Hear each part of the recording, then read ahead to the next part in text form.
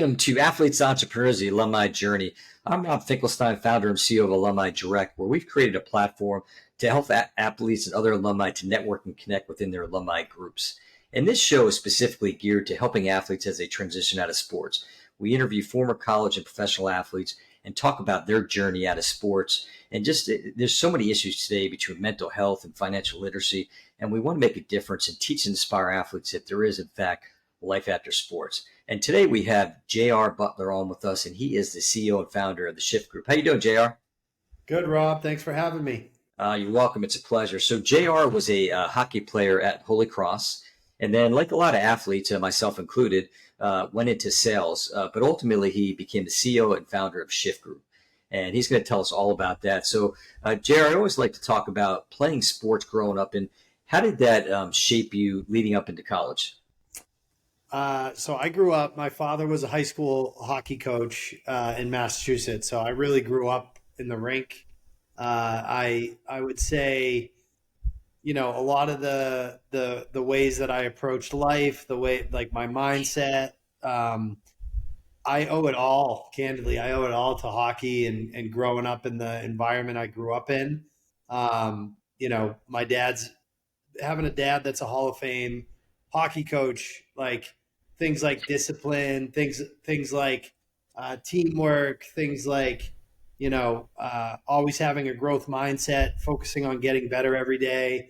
Those are all things that were inherent in my childhood, in my household, and obviously in the rink that we went to every day to skate at my dad's practices. So those things shaped who I am going into college. They shaped who I am going into the working world. They shaped who I am today. I would say all those life lessons and those mindsets that my dad kind of set around the culture in his locker room, I think they leaked into the culture of our household as well, and my own culture.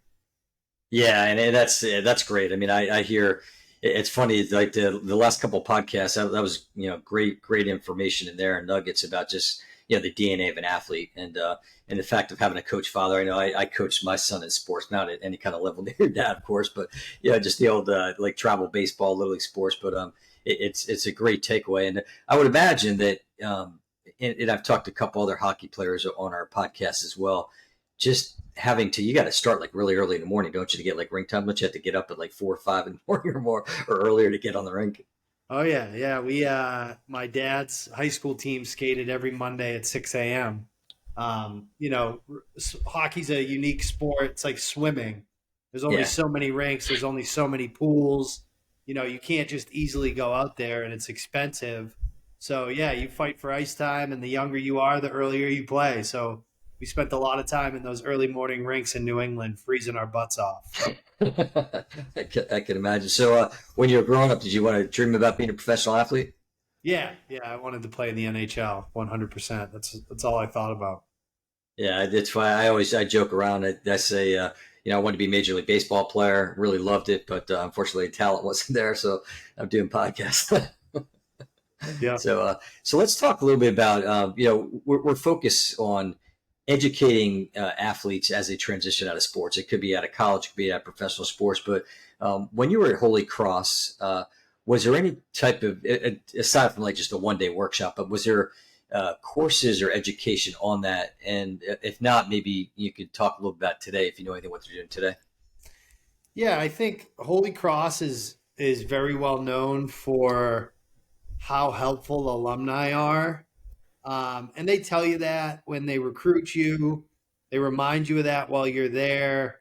But I would say you're kind of left back then, you were kind of left to your own devices in terms of activating that alumni network.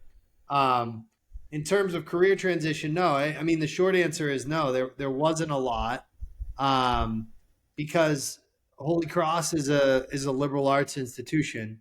And the reality is there's no, unless you're going to be an accountant, a doctor, or a lawyer, there's really no specific career track type courses that you can take at Holy Cross, like most liberal arts institutions. So guys like me that are, sociology majors with minor in art history and sign language, there's not like a clear path to go take, and there's really no curriculum to help you go find that path.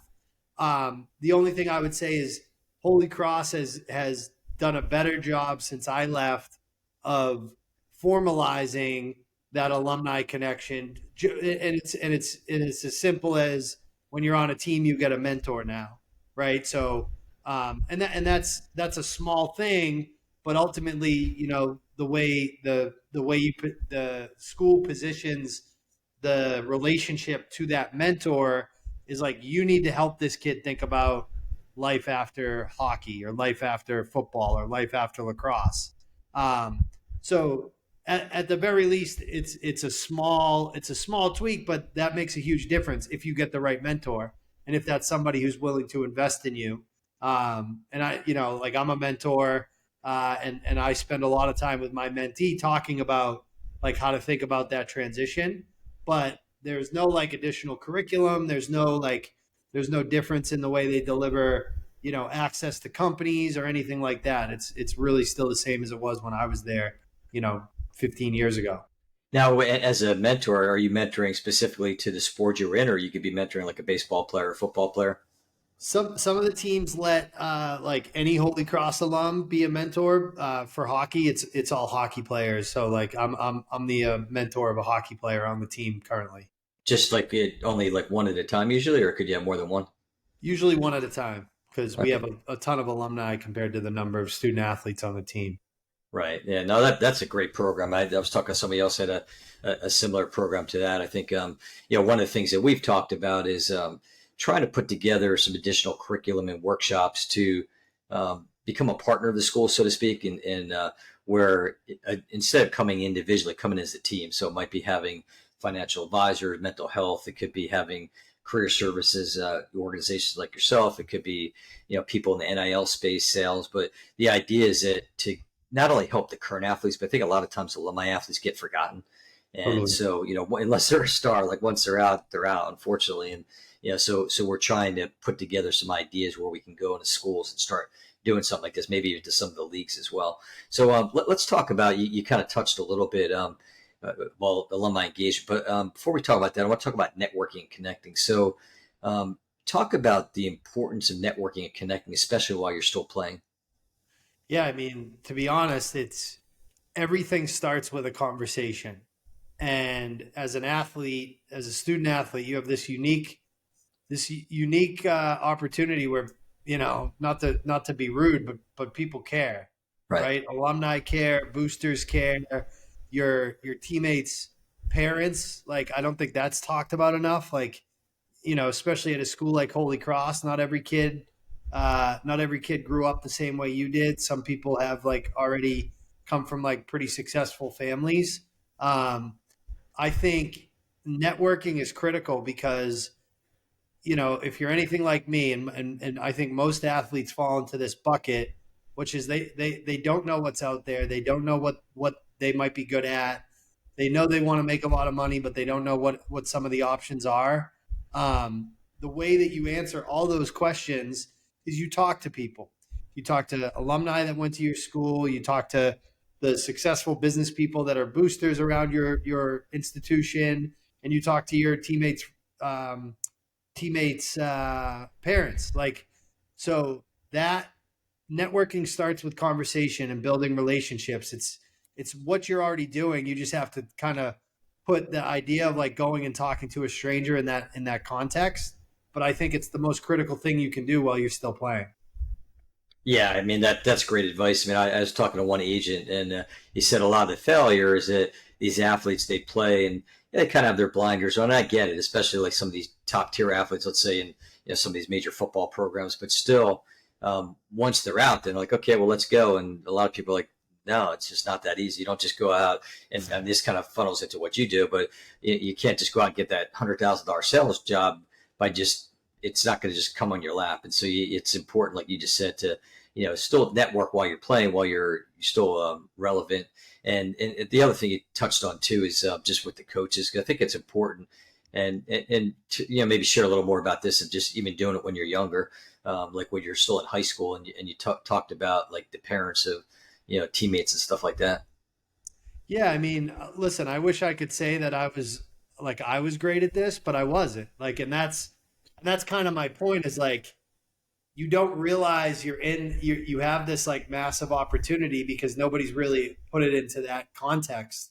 Like I had a kid I played college hockey with. Um, his father was one of the founders of Staples. Like he was one of their first like 5 employees at the company, and I had dinner with the guy a million times. You know, he came to our dorm and our hockey house a lot, and I loved him. I talked to him a lot, but I never asked him any questions about like, you know, how did you start? Like, how did you get into that? Well, you know, what was it was like? I knew he drove a nice car. I knew he lived in a nice house, but I never asked how, like, why, and how he got there. So I think like, you know, the best thing that a college can do for these kids is give them that context of life after sports and help them understand like these connections you're making right now, as important as what you learn in the classroom, what you're able to accomplish on the field. Ultimately, what you're paying for when you go to college is a piece of paper, and there's a bunch of other people that have that piece of paper in common with you, and they have it in common with you because their kids went there, they went there, or you know they live locally and they're big supporters of the institution because of that piece of paper. So you need to start thinking about these connections that you're making because that's what you're paying for. That's the gold that you get coming out of college and going and playing sports at a certain school. And I didn't have that. Like just to be honest with you, like I understand it now looking back, right? Hindsight is 2020, but I wish I had that context going into my freshman year and thinking about the activating the network that I was basically paying for the next 4 years. Yeah, yeah, that's great. I mean, you everything you hit on there because I mean, you think about like some of the Ivy League schools and the fraternities and sororities and how they really zone in on that, and it's encouraging athletes out there. I mean, everybody in general, not just athletes, but focusing on your transition out is just along the way definitely look to network and connect with others and tap into that. And so from an alumni perspective, and obviously Alumni Direct, we're all about alumni engagement and bringing people together. Talk a little bit about that. Like I know you mentioned from a mentor standpoint, but I guess when you were there and even now, is the school encouraging athletes to come back aside from mentoring, but for and not just for like the events of like homecoming games and things like that, but more so to really help the current students and athletes? Yeah, Holy Cross specifically has the football team started this program called the 90 Wide program, and the reason they called it that is a couple of alumni got together and sent a note out to a bunch of other alumni and said, "Hey, you know, we want to put together basically this mentor mentee program, and we want to know who would volunteer. You're going to help these kids as they go through their 4 years. You're going to help them think about their transition to corporate America, you know." And just be a sounding board for them. And 90 people originally raised their hand to do it, and it's been really successful. It's part of the recruiting package for the football program at Holy Cross. So we brought that over to the hockey team, the lacrosse team, the baseball team. So that formalized 90 wide program, I think, it's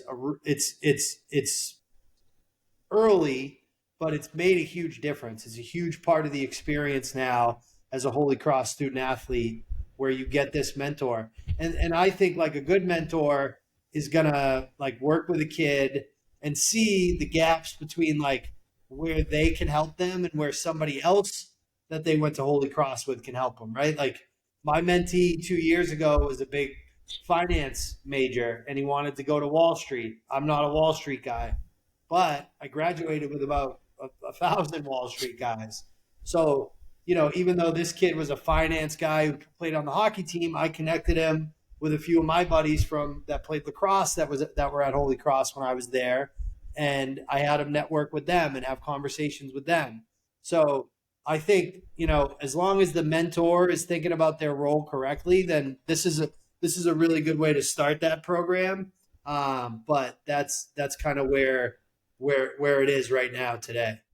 Yeah, I'll tell you what, that's a great model, and I think and I'm sure that a lot of schools are trying to go to that, but Holy Cross is putting up a great thing with that. And like I said, Yeah. I've heard a couple other schools doing that too, and I just hopefully more more people will realize that. And then, like we've talked about too, is just not just the current, but being that available for alumni athletes as well. So just because they're out of there doesn't mean they can't maybe get tapped in. And the other thing that you talked about, you mentioned there too, was just the fact of sometimes it's not necessarily who the person is, but who they might know as well. So JR is a perfect example, as he said that he didn't have that Wall Street background, but he knew people that did. So always be willing to talk to people and help people out as well, because you just never know. So let's talk about. I always talk about NIL and name, image, likeness, and we talked briefly offline, and this is an area that comes naturally to you in that. So give me your thoughts, both positive and negative. I think it's a very positive thing. I mean, I think like at the highest level, the Power Five, and like the revenue generating sports in general. I think it's a travesty that the NCAA had prevented people from making money off all the money that these schools and the NCAA itself were making because off the hardware, off the the back of these student athletes. So, like at that level, this is the right direction to head. But what I think people kind of forget sometimes is even in the smaller institutions, and like the non like revenue generating sports, I think name, image, likeness is a really good opportunity for student athletes to build their resumes, because ultimately what you're doing is you're building a personal brand, and it doesn't have to just be social media related, right? Like you could be the captain of a Division III rowing organization, and you can leverage that and use your name, image, likeness to work with a business to do training of younger people and get paid because you're the captain of a college sports team. So and all those like engagements that you can have, all those opportunities you can have to make money are also something that should end up on your resume. So you want to go work on Wall Street someday, and you can go tell a story about how you spent the summers, out of college playing college lacrosse. In the summers, you went out to youth organizations and you sold training sessions to individual athletes. Like that's a story that because as athletes we miss out on the internships, we miss out on the jobs during the season. Well, this is a way for you to continue to build your experience resume from a work perspective, because now you can get paid just because you're an athlete at a sport at a school. So I think we only think of, when we hear nil, most people are naturally thinking about the starting quarterback in the SEC that's making $1 million. But there's an opportunity to make a significant amount of money, but also to develop a significant amount of experience for every single student athlete at every single school and every single sport. And that's really where I think it's exciting. Yeah, it is. You're right. That's the key. I mean, the experience that they get, you're right. The money with some of these athletes. The only, the one drawback I come across is, or one of the drawbacks is just the lack of education. And I just think it's, there's more people trying to do that now, where, starting at, like, say, that high school level, just understanding that you have to pay taxes and you've got to do some of these different things. There was one story that I always talk about that I heard was kind of crazy. There was a guy had like some kind of deal, it was a $40,000 deal, and him and his buddies spent all the money. I mean, I can see that happening, but what was unfortunate about it is that that took his family threshold income above to where he also lost his full ride in scholarship, and that should never happen. And then that's where I think just having some of these people out there, just looking out for them, and it ultimately, whether it's the schools or other people they're working with, but I think that's really important. Yeah, 100%. That's a good point. Yeah, and I do think it's so new, the schools, the government, like people are still trying to figure out how to make this whole thing work. So this is like first inning of nil. It's going to continue to change rapidly. Yeah, absolutely. So let's change gears now, and we're talking about the transition out of sports, but this is something I haven't. You're the rookie on this one. It's the first time I've brought this up in a podcast, but I like that someone else suggested. So give advice to Jr. as a freshman. Like, what advice would you give? Like, looking towards ultimately, what you know today, and you always say that, right? I would say, um, I'd probably first tell them like, it's college isn't just about the college experience. I was a little bit of a party animal. I've been sober now for 12 years. So it took me a few years after I got out of school, but you know, you don't want to, you don't want to you don't want to blow away everything you get done during the week just to have a good weekend, right? Like you want to have fun. Don't get me wrong. That's Right. college is all about fun. It's Sure. really the last time in your life that you can have fun in that way. But I would tell them to approach it with balance, a little bit more balance than I did. And I would also tell them to like have as many conversations with as many people as possible from like an alumni and a parent perspective. And I'd probably give them a list of questions to ask. What do you do? What do you like about it? What do you not like about it? And how'd you get to where you are? Those are the four questions that I would ask every single alumni I interacted with from freshman year on, every single parent I interacted with from freshman year on, every single booster I interacted with from freshman year on. And it would just be in my brain, it would just be this collection of conversations that I could pull out of when I needed to make the decision of what I wanted to do for work versus tripping and falling into something. Yeah, that's great. Then we'll do one more. We'll say what advice after that. Like, what advice would you give to Jr. as a senior? Um, I would say I'd probably tell him to get into sales like he did. Uh, but I would tell him to get into sales with intention. Like I kind of fought it. I don't want to do I don't want to be a sales guy. Like I went to Holy Cross. I don't you know I was like kind of like insecure about the fact that I wasn't going to law school or medical school or Wall Street. Um, but based off like what I did and got done in my career, all my friends that went to medical school, law school, and Wall Street wish they took my path. So I would say take the path you're going to take, but take it with intention. No, yeah, for sure. And yeah, we can all see that Jr. is kind of shy, so I'm not sure how he got into sales. So let's talk about in general now. Talk about the transition out of sports. You've played sports your whole life, and we talked about just the grind of starting as a kid and going through all that. So now, when sports were over for you, how was that transition for you? And then maybe give some words of advice to other athletes. Yeah, I think like my transition was tough. A lot of hockey players deal with this, especially because we all think we're going to play in the NHL someday. And like, you wake up one day and sports for me, hockey specifically was my entire purpose. It's, what I got out of bed for in the morning. It drove my passion.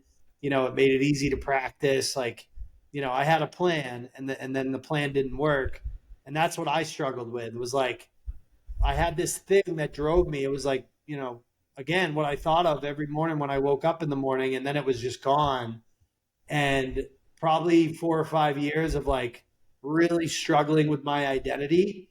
If I could go back to that time and for those that are going to go, you're all going to go through this.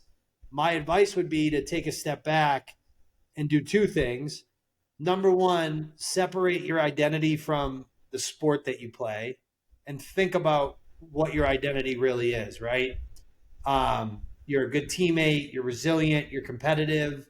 Like write down all those things that make you, when you say I'm a football player, what do you mean by that? Write those things down in like plain English, because what you're going to find is those identifying marks that you've given yourself are going to be very relevant in whatever you decide to do next. So that's number one, is like do that self discovery. Um, and then number two, once you do that self discovery, then you need to forget about the specific job, the specific career, the specific company. That stuff is secondary. First, you need to think about like what would the perfect like life look like? What would your lifestyle be like? Do you want to go into the office every day? Do you want to make a lot of money? Is that really important to you? And if it is, are you willing to sacrifice some other things? Like, are you willing to work long hours? Or is it the other way around where you really would prefer a lot of free time, but you've got to start thinking about the trade-offs you're willing to make. And the best way to do that is to really think about like, what's my ideal life look like? And then you can kind of backfill with the different career paths, the different jobs, the different companies where you can achieve that type of life. Because the last thing you want to do is design your life around your career. You really want to design your career around the life that you want. And I think if you do that, it's gonna narrow your choices a little bit, right?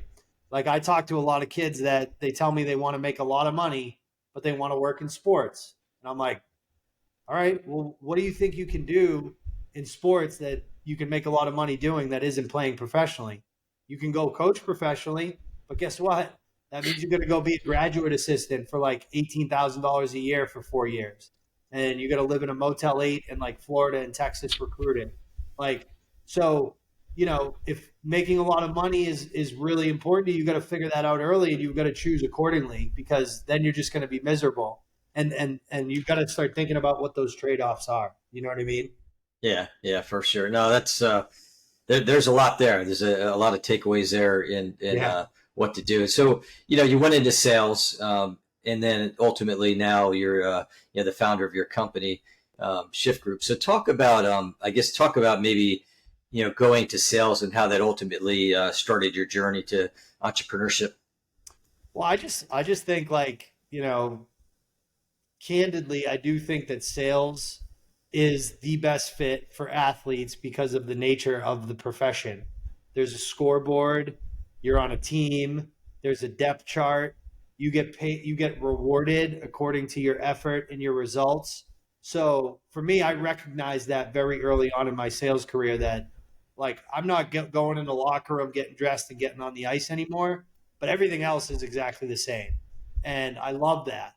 And it immediately brought back like a lot of the passion and purpose that I had as an athlete. So ultimately, that's the number one reason I started the company, is because I struggled with the transition, and I wish I just knew what I do now about sales. It just would have made that decision a lot easier. The second reason I started the company is because I spent 16 years in sales and sales leadership, and hiring salespeople is very, very hard. Sales has the highest attrition of every profession. It's about 40%. So every 10 people that start sales, 4 of them quit within the first year because it's not for them. And I think a lot of it has to do with what I just talked about. Number one, you have to collaborate with other people that aren't like you, that you might not like, just like you do in a locker room. Number two, there's no gray area. It's black and white. You either win or you lose. And a lot of people are uncomfortable with that. Number three is you're going to be held accountable to high standards and expectations. And if you don't meet those standards and expectations, you're risking 50% of your compensation. That type of environment is really well suited for athletes. So our attrition rate when we place an athlete into a role is less than 5%, because we believe, one, it has a lot to do with their personality and their intangible characteristics and mindset. But I think more importantly, it's because we've shown them how similar sports is to sales. And that's why companies love hiring from us.